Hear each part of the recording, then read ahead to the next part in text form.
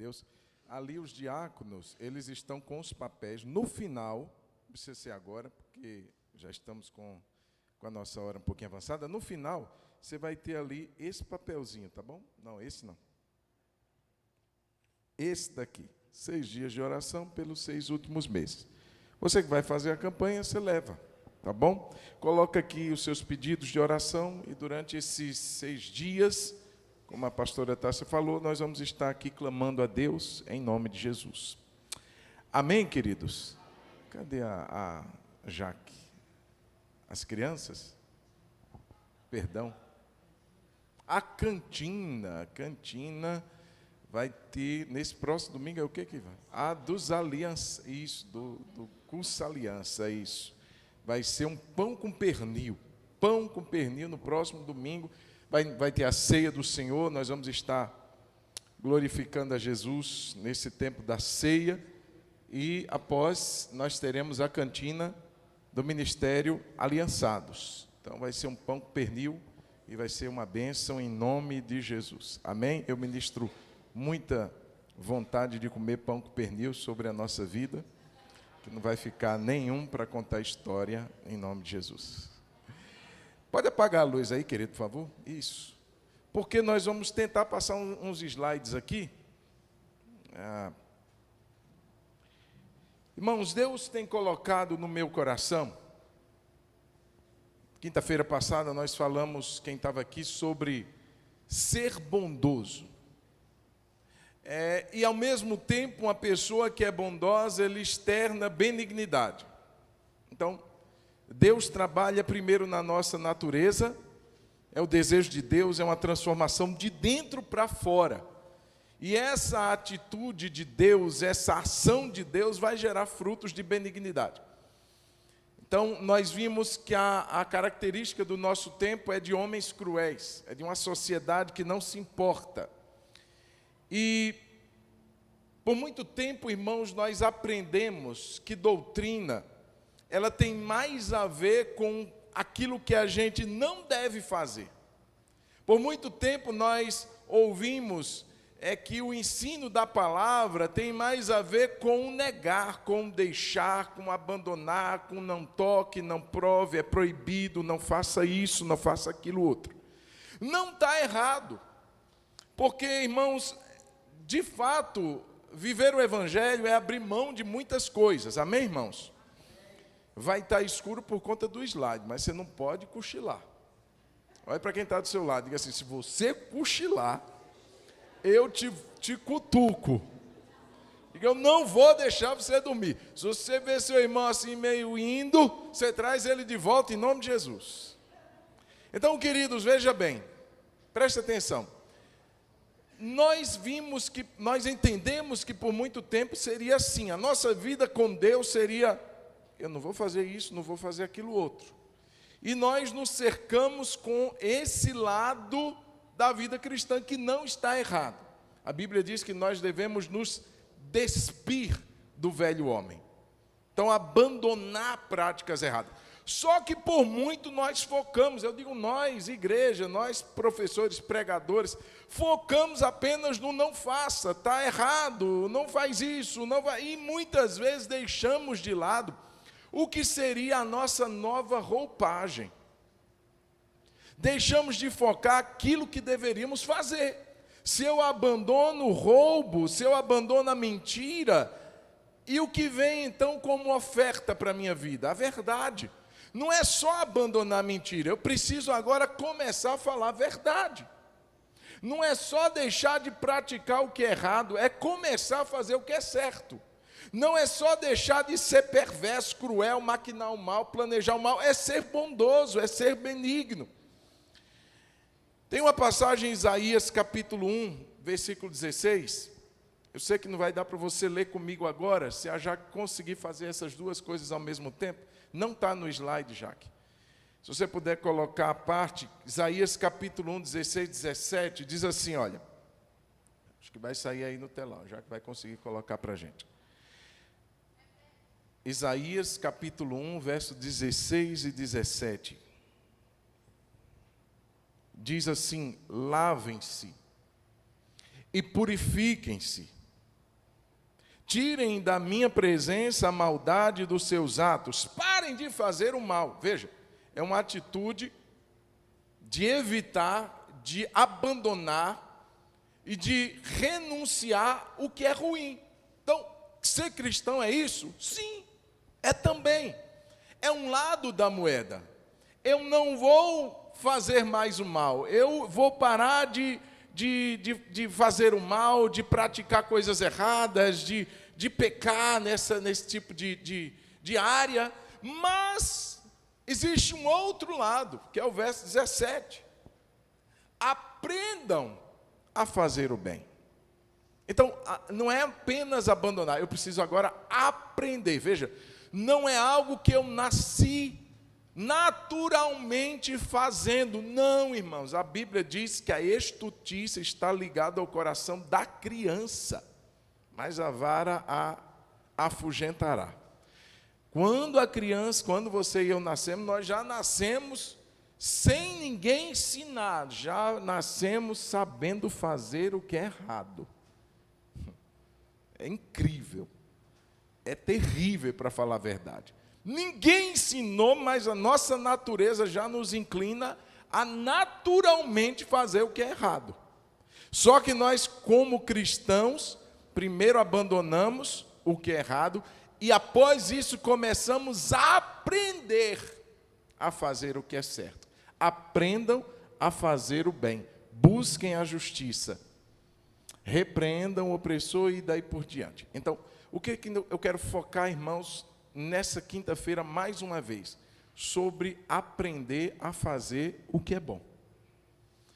O tema de hoje tem a ver com ser alguém, pode colocar o slide, Jaque. Ser alguém que encoraja. Irmãos, é muito comum, eu não sei quantos daqui foram desmotivados alguma vez na sua vida, porque alguém te deu uma palavra contrária, porque alguém te disse que não valia a pena, porque alguém te disse que você não ia dar conta. Quantos aqui alguma vez já se sentiram desmotivados com uma palavra? Quantos de nós já deixamos, então, de realizar um sonho? Quantos de nós já deixamos de avançar em alguma área da nossa vida, quer profissional, quer sentimental, porque alguém jogou uma terra no nosso sonho? Disse assim, não, que é isso? Você vai fazer? Não, não vai por esse caminho, não. Não, mas eu tenho esse sonho. Não, sonho, não é para você. Não, você não tem esse perfil. E começa aquele processo de desanimar. E você ouviu aquilo e você perdeu oportunidades na sua vida. Irmãos, Deus nos chama, ao contrário disso, para sermos pessoas que aprendem a encorajar os outros.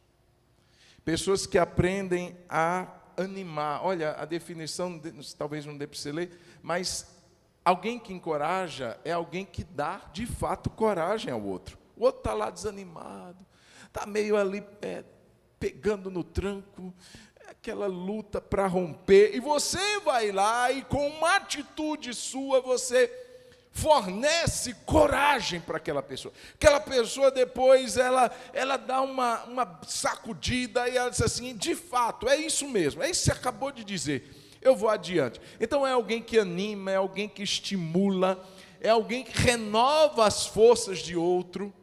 Quantas pessoas aí, irmãos, principalmente pós-pandemia, esses 2 anos críticos que nós vivemos, ainda estamos passando, sim. Mas veja bem, muitas pessoas nesse tempo se encontraram assim tomadas de desânimo, fracas, cansadas, sem sonhos, sem perspectivas. E a igreja vem para isso, queridos. A igreja é aquela que, em meio às catástrofes, ao caos que a sociedade, que o tempo nos oferta, a igreja ela vem com uma palavra de ânimo.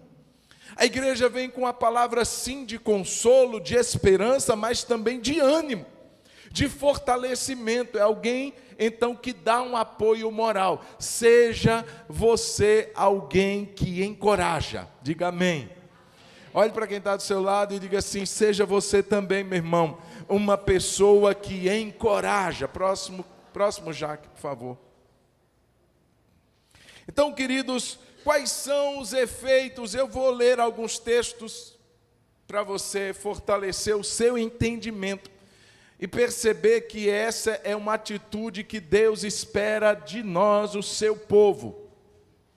Sejamos uma comunidade, um povo que sabe encorajar, que tem o discernimento de trazer ânimo para aquela pessoa, de dar uma nova respirada naquela pessoa que está tão cansada, tão exausta.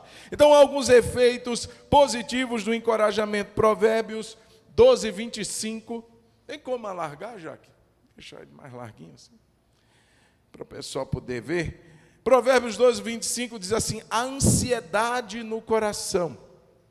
Nós oramos, irmãos? Oramos não, fecha os olhos.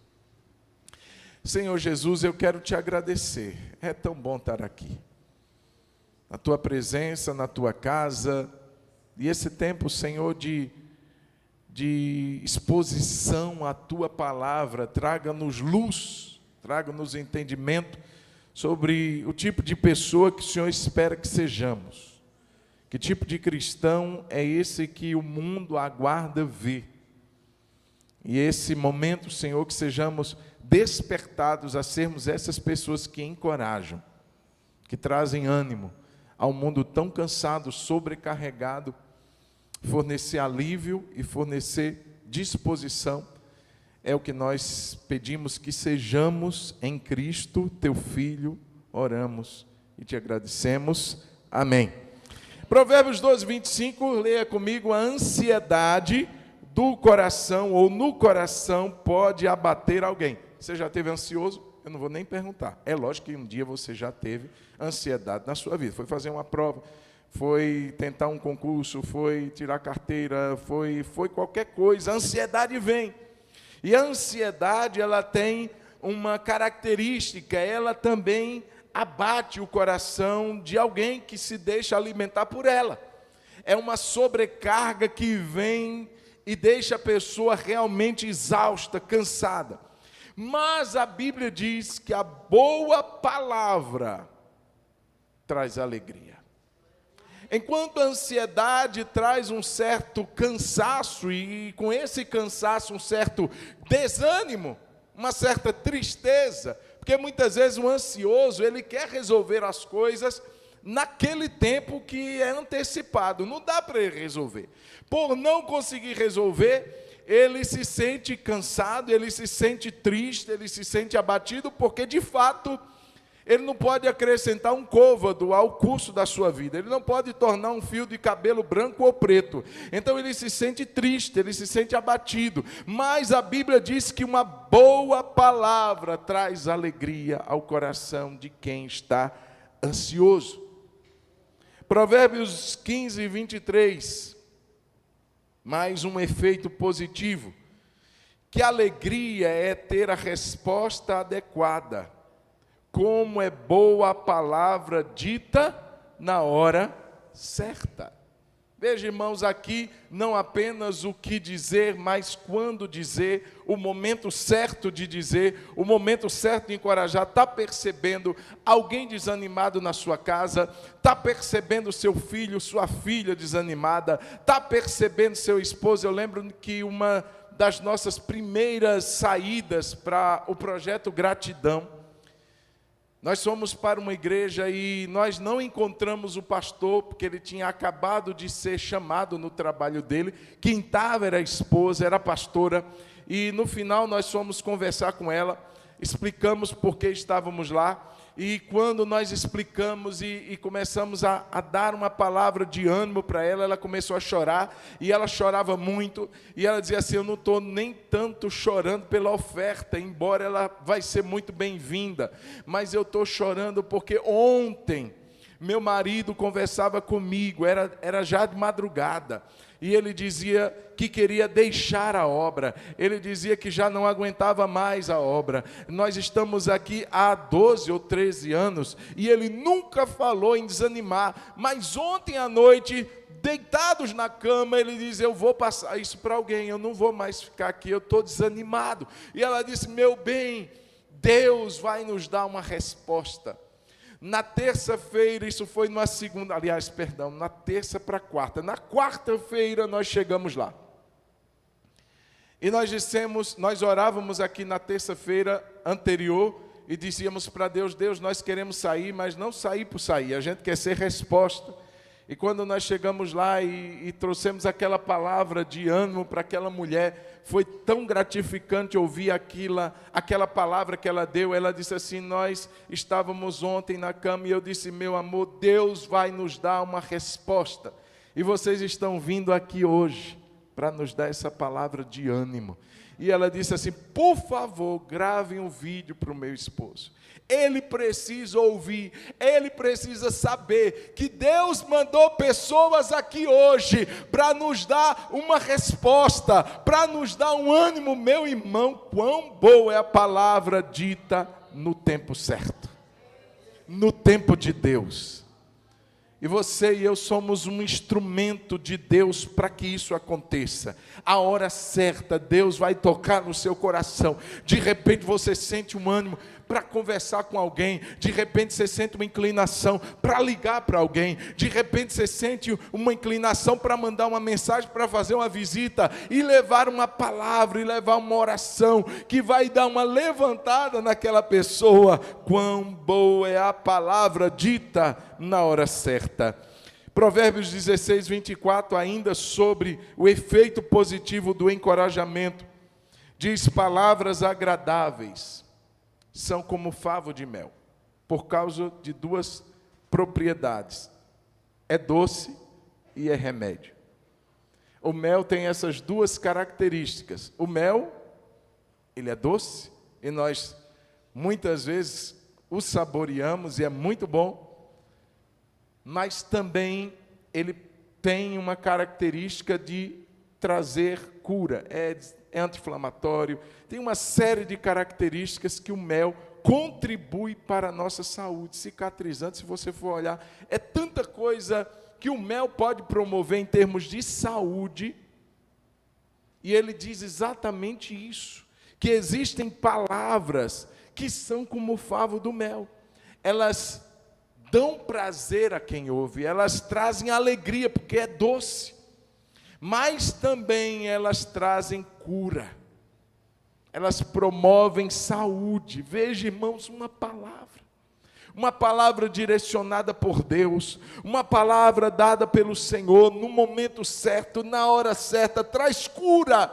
para aquele que está doente, traz cura para a alma que está enferma. A igreja foi chamada para ser uma comunidade terapêutica, uma comunidade que promove cura e saúde para as pessoas. Irmãos, quem conversar comigo e com você tem que sair melhor depois da conversa.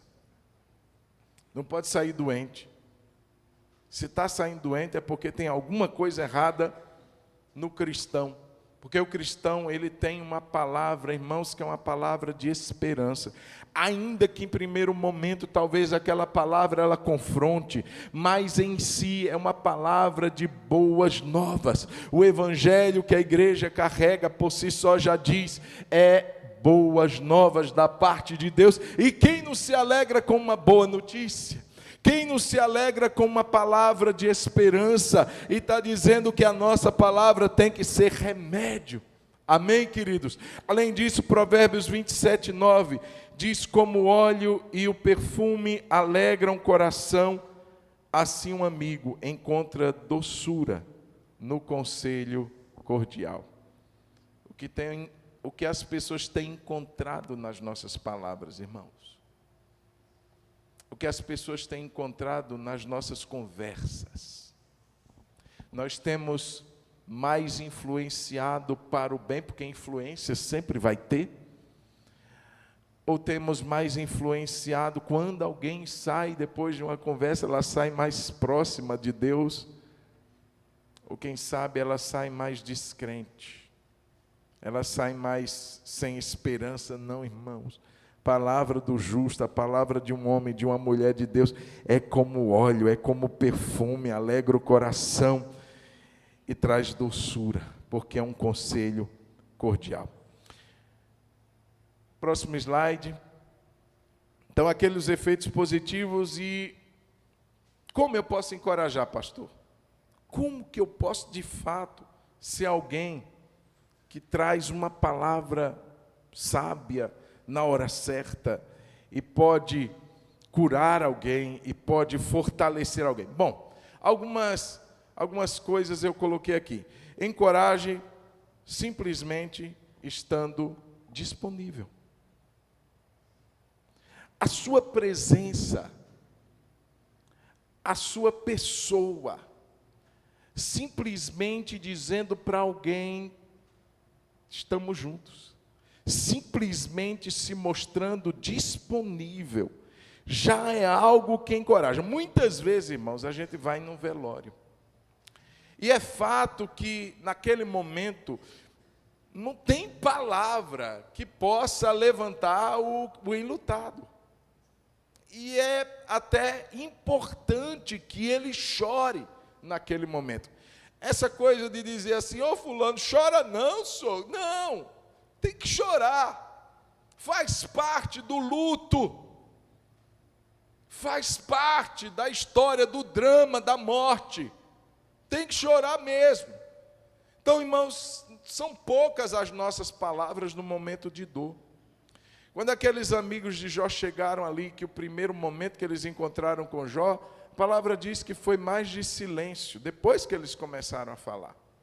Então, às vezes nós vamos estar ali, eu lembro que quando meu pai morreu, um primo meu, eu estava sentado e eu estava muito, claro, triste, mas cansado. E eu lembro que um primo meu, ele chegou aqui nas minhas costas, ele colocou a mão.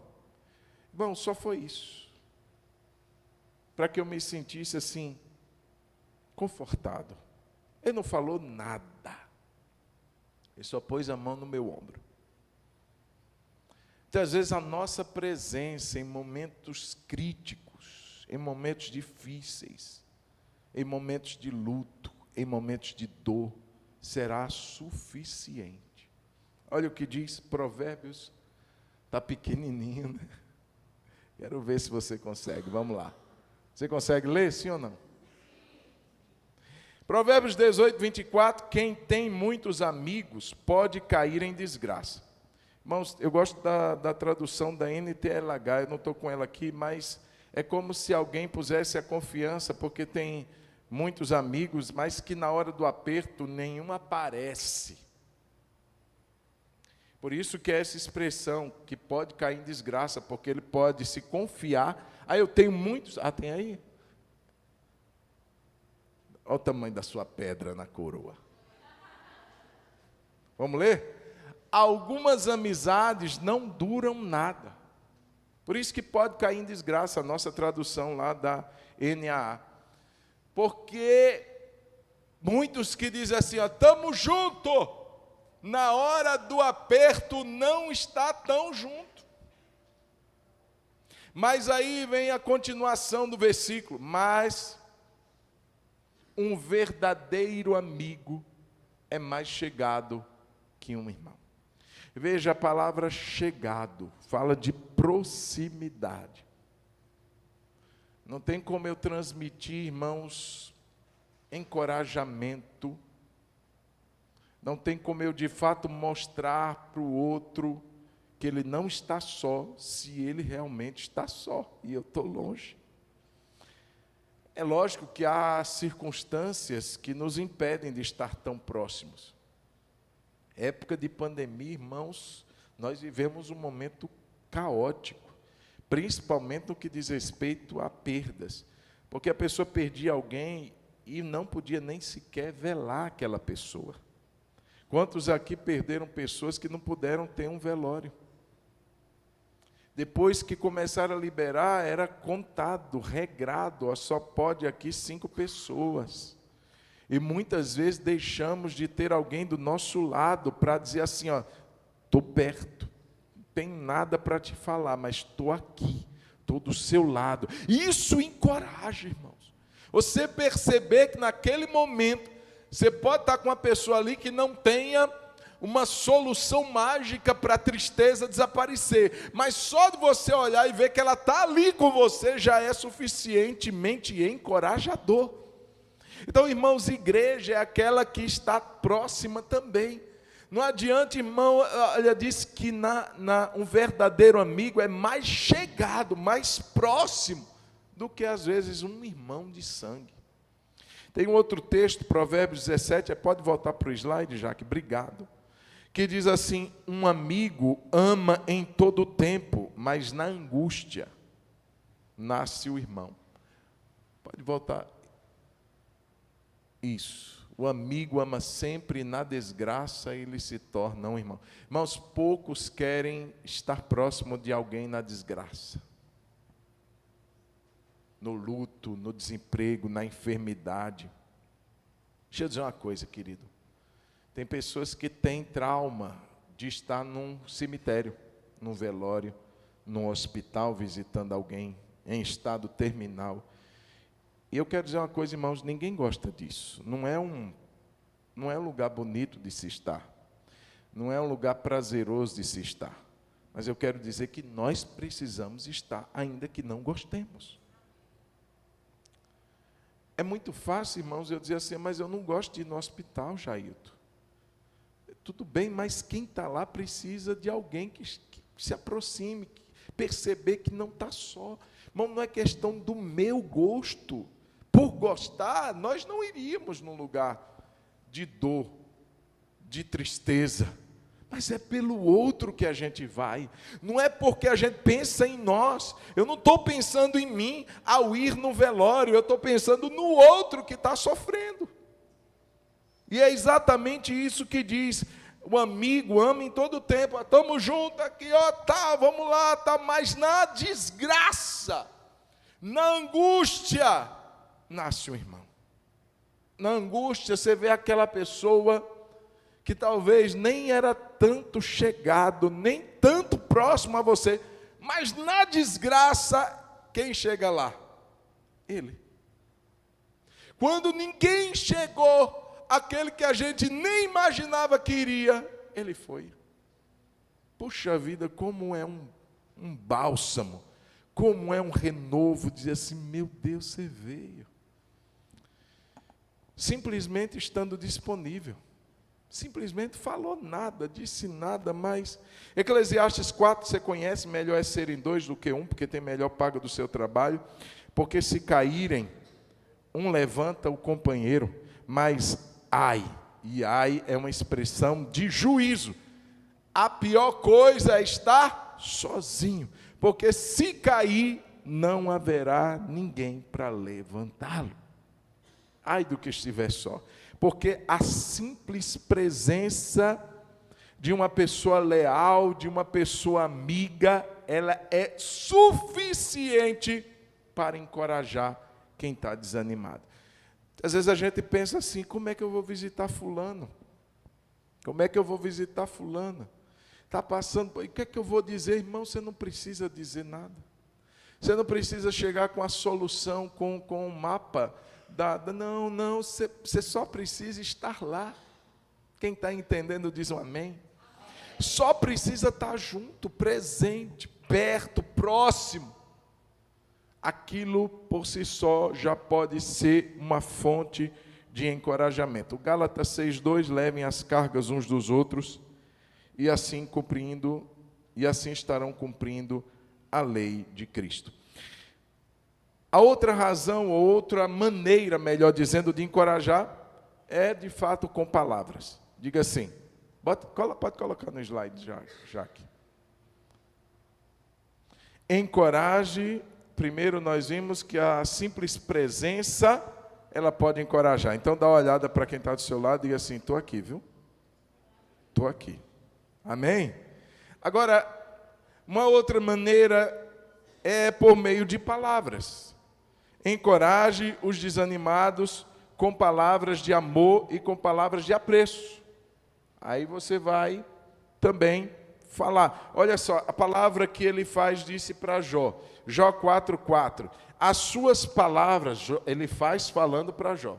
As suas palavras sustentaram os que tropeçavam, e você fortaleceu os joelhos vacilantes. Isaías 35:3, fortaleçam as mãos frouxas e firmem os joelhos vacilantes, digam aos desalentados de coração, sejam fortes, não tenham medo, eis aí está o Deus de vocês. Diga isso para quem está desalentado. Diga para quem está desanimado, ô Jair, eu estou fulano. Eu digo Jair porque você está mais perto, viu? Por isso que eu só pego você. Mas diga para quem está desalentado, para quem chegou desanimado, olha, Deus está contigo. Deus vai te fortalecer. Diga para ele, seja forte. Olha que palavra que transmite ânimo, que transmite amor. Tem tanta gente, irmãos, hoje em dia, para dizer o contrário disso. Tem tanta gente para jogar terra, tem tanta gente para desanimar, tem tanta gente para desmotivar, mas eu e você não podemos entrar nesse caminho, não podemos seguir esse tipo de processo. Nós precisamos, de fato, ser pessoas que encorajam. 1 Tessalonicenses 4,18 diz, portanto, consolem-se uns aos outros com estas palavras. Paulo falando, porque existiam irmãos ali naquela igreja que estavam muito tristes, porque tinham perdido pessoas, a morte tinha levado muitos deles, e ele dá uma palavra de esperança, olha, aqueles que morreram em Cristo vão ressuscitar, então você não precisa ficar no velório da irmã Hilda, foi-me dada uma oportunidade. A irmã Celinha, né, a filha da irmã Hilda, pastor, quer falar alguma coisa? Eu dei uma palavra breve, mas algo me chamou a atenção. Tinha uma frase, entre algumas outras, nas coroas que estavam lá, mas tinha assim, saudade eterna. E eu dizia assim, eu não concordo plenamente com essa frase. Saudade a gente vai ter, mas não vai ser eterna. Porque nós cremos que um dia a nossa esperança em Cristo nos leva a crer que um dia nós vamos nos reencontrar, e será um reencontro não passageiro, mas será um encontro eterno, não apenas com Cristo, mas com os nossos irmãos e irmãs, com todos aqueles que partiram e dormiram no Senhor. Então eu dizia assim, será uma saudade por esse tempo, mas não será uma saudade eterna, será uma saudade temporária. Irmãos, e Paulo diz assim, consolem-se uns aos outros com estas palavras. Vá aquele que está enlutado e diga assim, olha, tem esperança para quem está em Cristo. Vá aquele que está desalentado porque está enfrentando um momento difícil em casa, e diga para ele, tem esperança, tem restauração em Deus.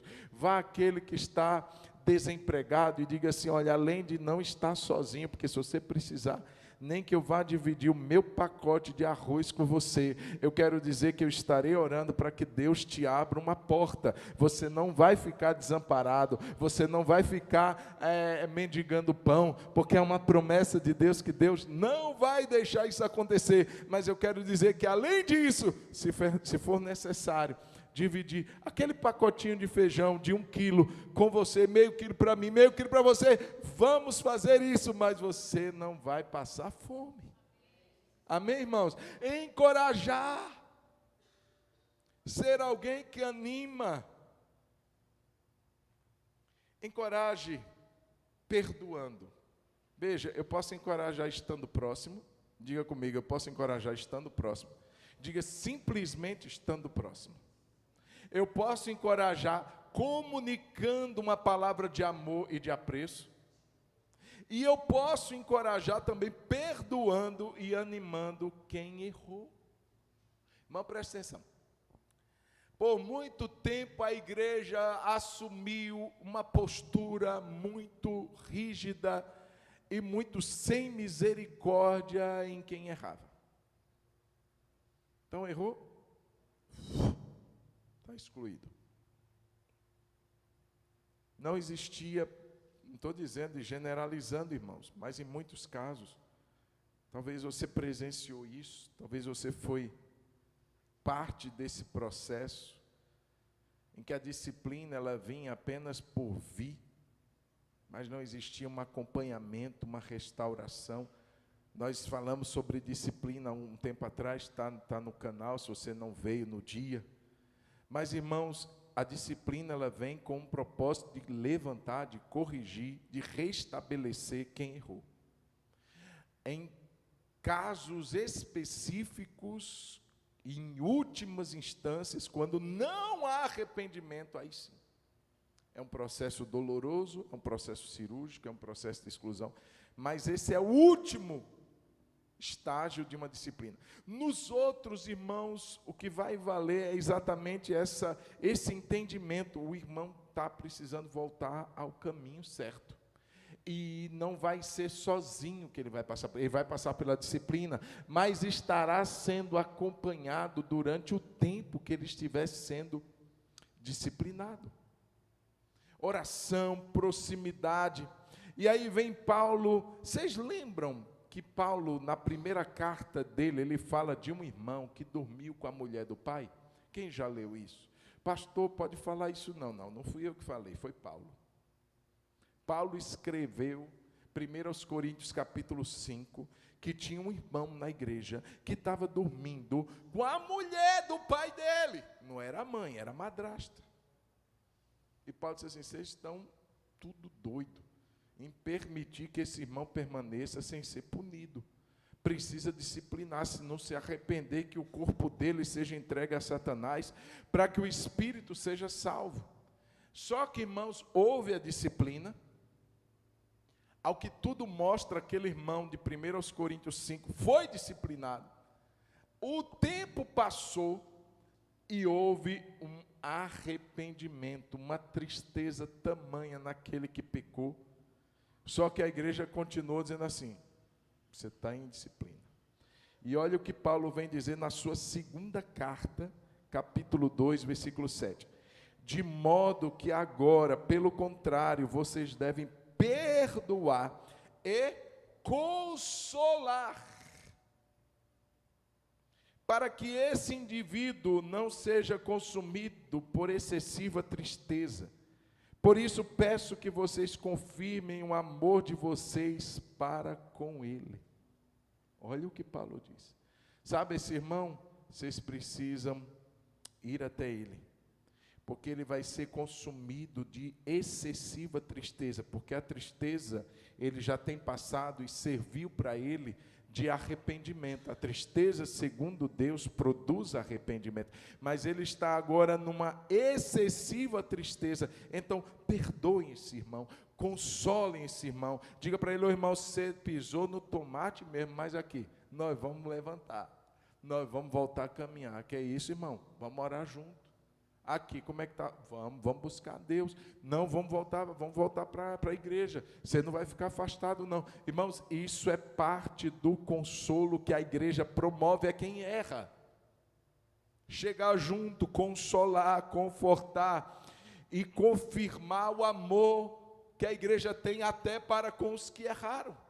Quem está entendendo diz amém? Mais 10 minutos eu encerro, tá bom? Mas eu quero te dar essa palavra, queridos. Nós precisamos também ter um olhar para quem errou. Porque muitas vezes pessoas que erraram foram disciplinadas, mas nunca foram acompanhadas. Nunca foram trazidas para perto, mas deixadas de lado. Como um leproso, como uma leprosa. Diz assim, vai para lá, pecador. É lógico, irmãos, tem que ter a disciplina. Mas aquela atitude de jogar fora, muitas vezes, irmãos, tem sido uma atitude que muitos, chamado igreja, têm tomado. Precisamos corrigir com firmeza, mas precisamos trazer para perto, para conectar a pessoa no restabelecimento, na restauração que Deus está propondo. Então, irmãos, além disso, Gálatas 6 vai dizer, irmãos, se alguém for surpreendido em alguma falta, vocês que são espirituais, restaurem essa pessoa com espírito de brandura. E que cada um tenha cuidado para que não sejam também tentados. Já vi aquela pessoa que diz assim, chega para só esmagar a cana que está quebrada? Então, uma pessoa tá no erro, vai ser disciplinada, vai ser disciplinada, mas ainda chegam outros assim, eu sabia, você sempre teve cara de pecador mesmo. Eu sabia que era questão de tempo, eu nunca confiei em você. Você realmente, você envergonhou todo mundo, credo. Você é um anátema, e começa a esmagar, irmãos. E a palavra diz aqui, olha, tenha cuidado você também. Repreenda, corrija, mas com espírito de brandura. Mescle a firmeza com a brandura. Porque um dia você pode ser tentado também. Tema por isso. Aquele irmão caiu, aquela irmã caiu. E que Deus nos guarde, mas um dia pode ser você, pode ser eu. E a gente não quer cair e ficar caído. E a gente não quer que o que caiu permaneça caído. A gente quer que ele levante. Amém ou não? A gente quer que ele se aprume, que ele tome uma verdadeira posição. Então vamos lá, rapidinho para a gente terminar. Encoraje testemunhando o que Deus fez por você e pode fazer pelo outro. É quando você chega e dá um testemunho para o outro. Olha, só vou ler o versículo aqui do Salmo 66, mas tem o Salmo 78, que vai dizer assim, Salmo 66, 16, venham e escutem todos vocês que temem a Deus, e eu contarei o que Ele tem feito por minha alma. Aleluia! Você tem contado para as pessoas os milagres que Deus tem feito na sua vida? Quantas pessoas podem ser encorajadas com a sua fé, com o seu testemunho de fé? Não é porque você e eu somos melhores, não, mas é para animar. Olha o que Deus fez por mim.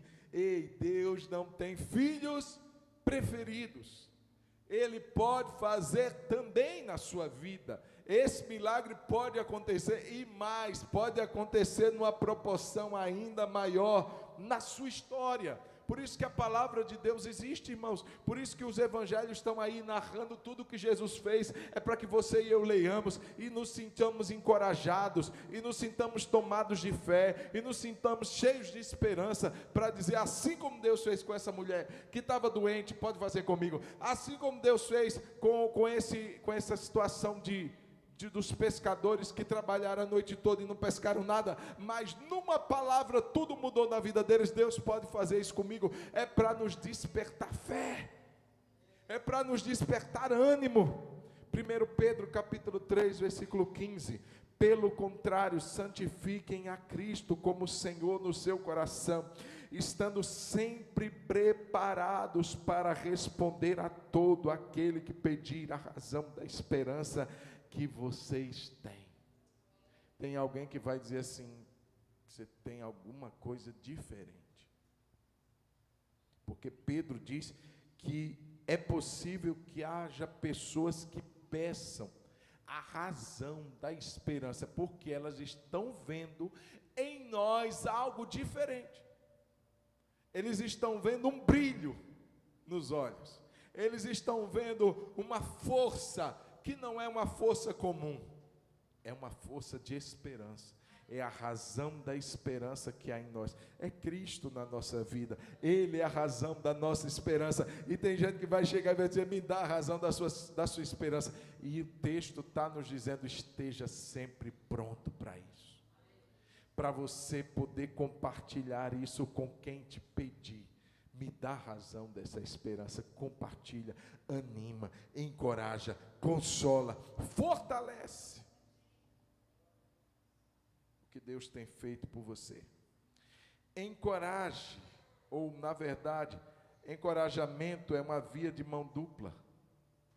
Isso é só para você e eu nos sentirmos mais encorajados. Porque tem gente que diz assim, pastor, eu dou tanto.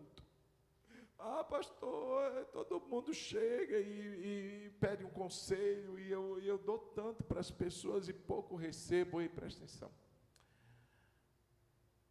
quem encoraja, ele vai ser encorajado. Talvez não por pessoas, mas pelo próprio Deus. Talvez Deus levantou você como alguém que vai, como Jó, sustentar aquele que está com os joelhos vacilantes. Aí você diz assim: eu vou dar tanto e vou ficar sem. Não vai ficar sem, vou te mostrar por quê. Isaías 58:10 vai dizer: se você abrir o seu coração aos famintos e socorrer os aflitos, então a luz de vocês nascerá nas trevas, e a escuridão em que vocês se encontram será como a luz ao meio-dia. Presta atenção, quem está abrindo o coração não está numa condição poderosa. Quem está assim, saciando, socorrendo o aflito, não está assim numa condição esplêndida, maravilhosa. Pastor, só quando tu estiver bem na minha vida, só quando eu estiver maravilhosamente bem, com muito dinheiro no bolso, saúde para dar e vender, só quando eu não tiver problema nenhum. Não, irmão, olha o que diz, porque ele vai dizer: se você e eu fazemos isso, então nascerá luz nas nossas trevas. Então presta atenção, a gente estava passando por um momento difícil também. E vai dizer que nós encontraremos a luz como meio-dia, a escuridão se transformará em luz. Então, a gente talvez estava num momento difícil, e é assim que Deus faz muitas vezes. Ele não espera você estar bem, Ele não espera você estar ótimo. Muitas vezes Deus vai nos usar, vai te usar em momentos que você está se sentindo extremamente fraco. E é propósito muitas vezes de Deus para gerar dependência na nossa vida. Porque muitas vezes, irmãos, quando nós nos sentimos assim fracos, Deus renova a sua força em nós. Deus diz assim: eu vou te capacitar para isso acontecer. Então não espere momentos propícios para você servir a Deus, para você servir alguém, para você ser alguém que encoraja. Ah, mas eu estou passando sim. Quando você fizer isso, mesmo em meio a dificuldades, Deus vai reverter muitas vezes aquela situação que você se encontra. Provérbios 11:25, a pessoa generosa prosperará, e quem dá de beber terá a sua sede saciada. E aí vem Atos capítulo 20, quando Paulo diz, palavra de Jesus: mais bem-aventurada coisa é dar do que receber. Então o que eu quero dizer, irmãos, encorajar alguém é sempre uma via de mão dupla. Você fará isso por alguém, e alguém fará isso por você. Você fará isso em nome de Jesus, e Jesus fará isso por você, usando quem Ele quiser usar. Mas não se omita. Isso, só tem dois. Vamos lá, para a gente encerrar. Não se sinta incapaz. Deixa eu falar de novo. Não se sinta incapaz, porque Deus dará a você a capacidade de encorajar uma outra pessoa.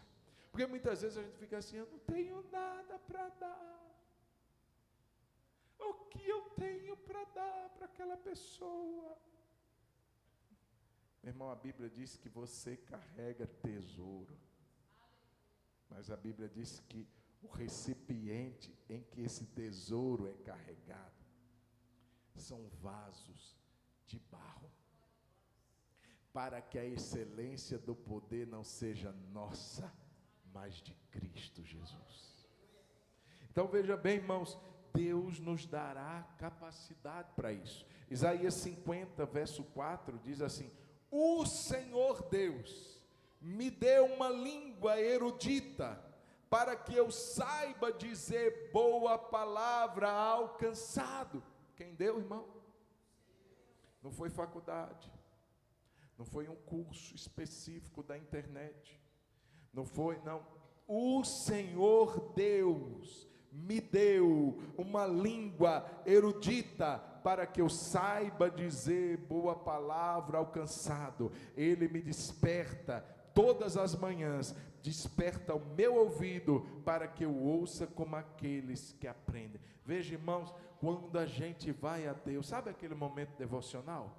Aquele momento que você dedica para ler a Bíblia, aquele momento que você dedica para falar com Deus, para ouvir a Deus. Deus está ministrando ali ao seu coração.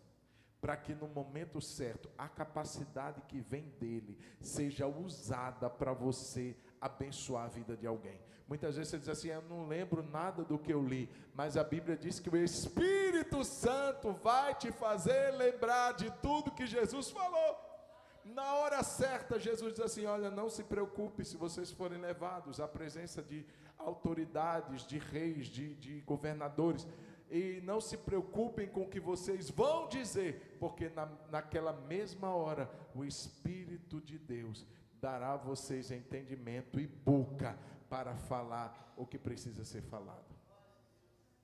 Então, irmãos, não é para ser uma confiança em nós. Realmente somos incapazes, mas Deus vai nos capacitar para encorajar alguém.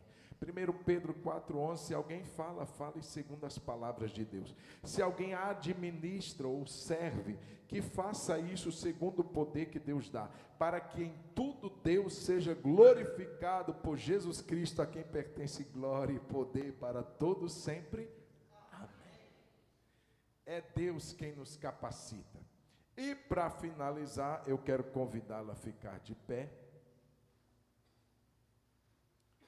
Oração em conjunto e o convívio encorajam.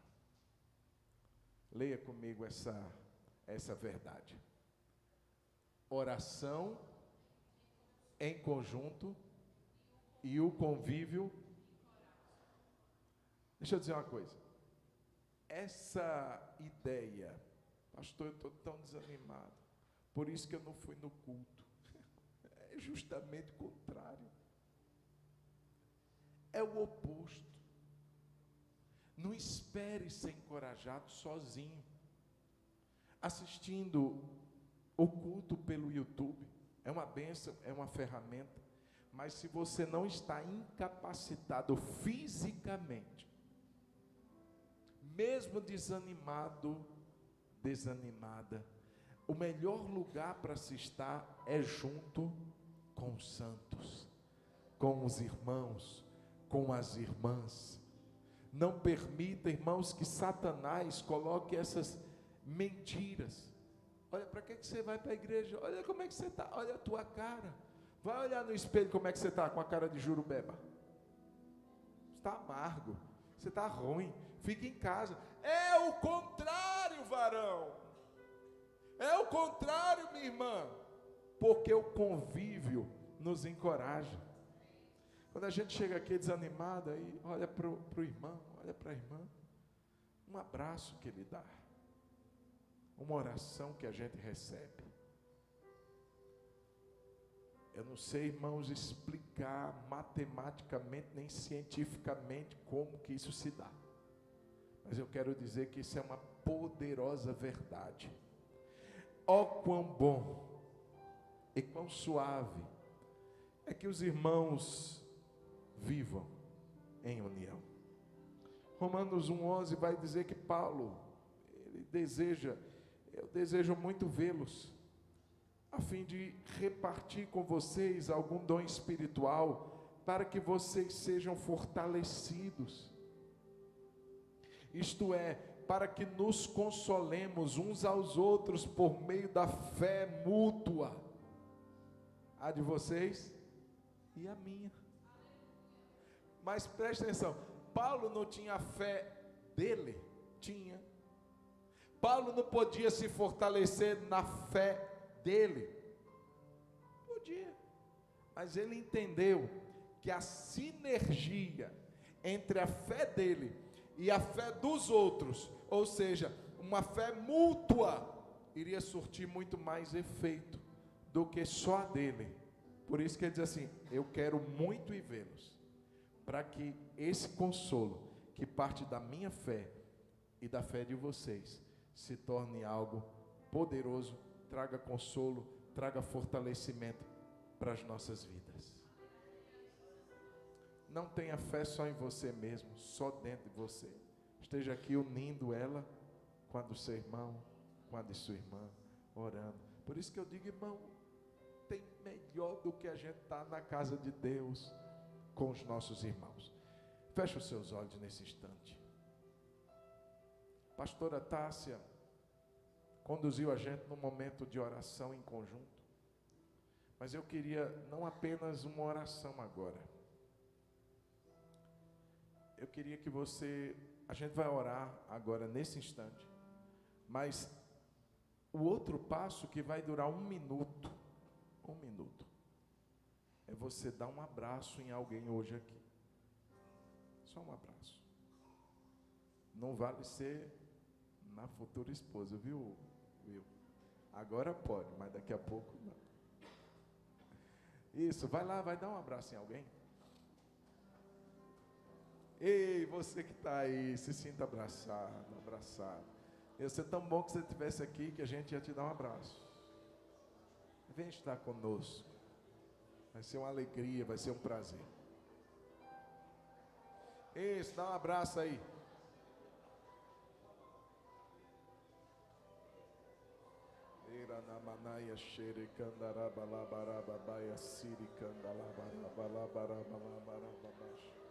Senhor, conforta, Senhor, encoraja. Você que entrou, quem sabe, desalentado, desanimado, receba o encorajamento. Aí num abraço, às vezes não é uma palavra, às vezes é a presença de alguém. É você entender que você não está só, que você faz parte de um corpo, que nós nos nutrimos de uma fé, não uma fé isolada, mas uma fé mútua, uma fé compartilhada. A fé do irmão, a minha fé, é muito mais poderosa do que a fé do maior dos gigantes. Aleluia. Já abraçou alguém? Então levanta a mão e fecha os olhos. Oh Deus, eu quero te pedir uma porção de encorajamento para esse meu irmão, para essa minha irmã. Eu não sei como ele entrou, como ela entrou. Eu não sei se houve alguma situação que entristeceu, que desanimou. Mas eu te peço que nessa noite sejamos encorajados, mas não para que esse encorajamento morra em nós, mas para que ele possa ser transmitido para quem precisar. Eu sei que o Senhor muitas vezes vai estar nos lembrando de uma pessoa, às vezes uma visita, uma ligação, uma mensagem, vai dar um novo ânimo para essa pessoa. A igreja foi chamada para isso, Senhor. Nós temos tanto visto que esse mundo que vivemos é um mundo que desencoraja para o que é bom. Sempre tem uma palavra de desânimo, sempre tem uma palavra negativa, sempre tem uma palavra pessimista.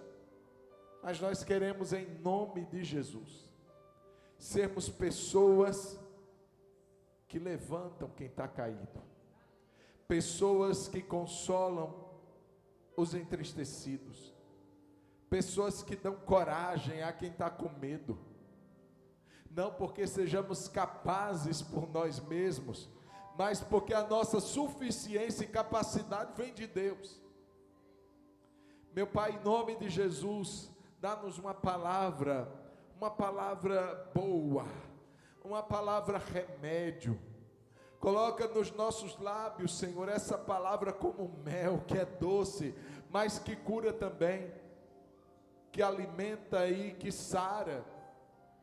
Que a sua igreja, Pai, que nós caminhemos nessa disposição, Senhor, de que a nossa presença, a nossa disposição sirva como uma fonte de encorajamento.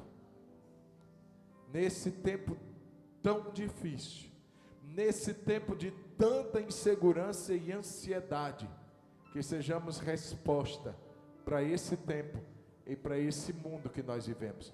Em nome de Jesus oramos, gratos pelo seu consolo, pelo seu encorajamento nas nossas vidas, que sempre nos põe para frente, que sempre diz para nós, levante-se, como o Senhor sempre dizia para quem estava muitas vezes ali acamado, tome seu leite e caminhe, levante e ande, bora para frente, não é para retroceder, para ficar parado, é para caminhar, caminhe, Obrigado, Senhor, porque sempre o Senhor tem nos animado, nos fortalecido, nos levantado. Louvado seja o teu nome.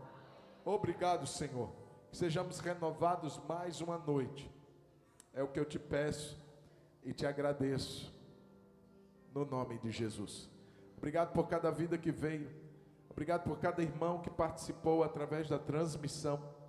E que agora, Pai, o amor do Senhor, a graça de nosso Senhor Jesus Cristo e o conforto e consolo do Espírito Santo seja sobre todos nós, irmãos e irmãs, sobre todo o povo de Deus espalhado na terra, hoje e para sempre.